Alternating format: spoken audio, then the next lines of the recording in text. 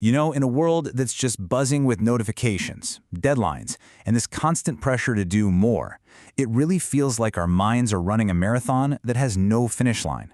But what if the best toolkit for navigating all this chaos doesn't come from some new app, but from a Roman philosopher who lived 2,000 years ago?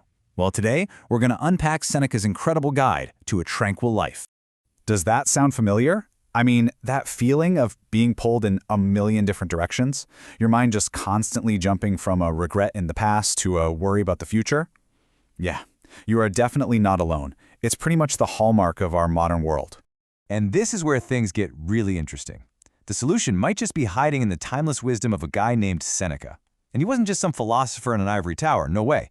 This was a playwright, a senator, and one of the wealthiest men in Rome. He advised the Emperor Nero, navigated deadly political plots, and even faced exile, all while searching for inner peace. So believe me, his advice isn't just theory, it was forged in fire. Okay, so let's get to know our guide a little better. Seneca was a leading voice in a philosophy called Stoicism, but I want you to forget any image you might have of some stuffy, detached academic. Seneca saw philosophy as a practical, hands-on tool for living a better life, something you actually use every single day to navigate the messiness of being human. He basically taught that Stoicism is like an operating system for your mind. Seriously, it's a framework built for resilience. And the core idea is this: happiness comes from using reason to focus our energy only on what's within our power, while learning to accept everything that isn't. Simple, but so powerful. So if Stoicism is the operating system, what's the bug that Seneca found? What is that fundamental error in our thinking that causes so much of our anxiety and our unhappiness? Seneca's diagnosis is, well, it's stunningly relevant. He says that we rarely suffer from what's happening right now, in this very moment. Instead, our minds are like little time travelers. We get tormented by memories of past pains, and we're paralyzed by our imagination of future fears. We suffer way more in our imagination than we ever do in reality. And this brings us right to the absolute core of Stoicism. There's a clear, bright line between the external events, the traffic jam, the critical comment, the bad news, and our internal reaction to them. The events themselves, they're not inherently good or bad. It's our judgment, the story we tell ourselves about them, that makes them so. And that little space between the event and our reaction, that's where all our power lies. Okay, so that's a powerful idea, right? But how do we actually do it? How do we master this internal world of ours and take back that power? Well, let's get into Seneca's practical toolkit. He breaks it all down into 3 pretty clear steps, almost like a blueprint for building a strong inner fortress. It's all about managing what we want, who we let in, and ultimately, how we get comfortable inside our own minds. First up, taming our desires. Seneca says true poverty isn't about what's in your bank account. It's that constant nagging feeling of not enough. Just think about the endless scroll on social media. It's basically an engine designed to make you want more and more. The goal here is to separate what you truly need from the bottomless pit of desires that's fueled by comparing yourself to everyone else.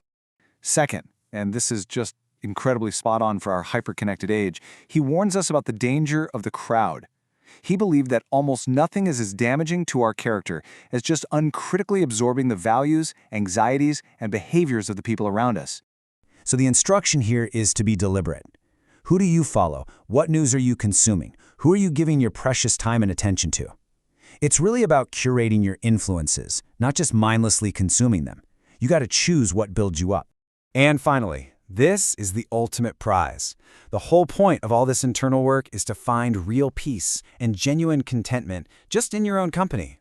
For Seneca, this wasn't about being lonely. It was about a powerful self-sufficiency. It's the surest sign you have of a tranquil mind. So, once we start building up this inner fortress, how does it actually hold up against the inevitable storms of the outer world? I mean, how do we face life's real challenges, loss, hardship, plain old bad luck? Seneca makes a really important distinction here. He talks about false wealth. That's anything external that fortune can give you and just as easily take away. Your job, your reputation, your possessions.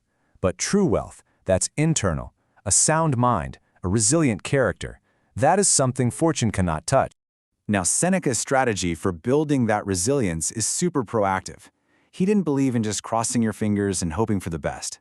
No, he was all about a kind of adversity training, almost like a fire drill for the soul. By intentionally choosing to experience little discomforts, eating simple food for a day, sleeping on the floor, taking a cold shower, we're basically rehearsing for hardship. we prove to ourselves that we can handle way more than we think, and that process robs potential disasters of their power to terrorize us. All right, so what's the big takeaway here? How do we put all these pieces together and actually start applying this ancient wisdom to our very modern lives? Here it is in a nutshell, the Stoic operating system.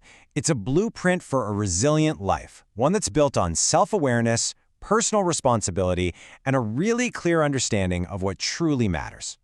And this brings us to Seneca's most profound and maybe his most challenging piece of advice.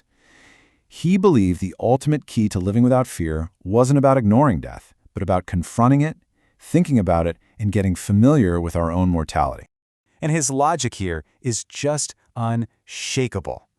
So many of our fears are really just downstream from our ultimate fear of the end.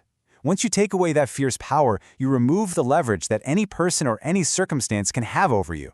You're no longer a slave to anxiety. You are, in a word, free. And that leaves us with Seneca's final, powerful question. If you were completely free from the fear of loss, of failure, of what other people think, and even of death itself, what would you do differently with your time? Starting right now.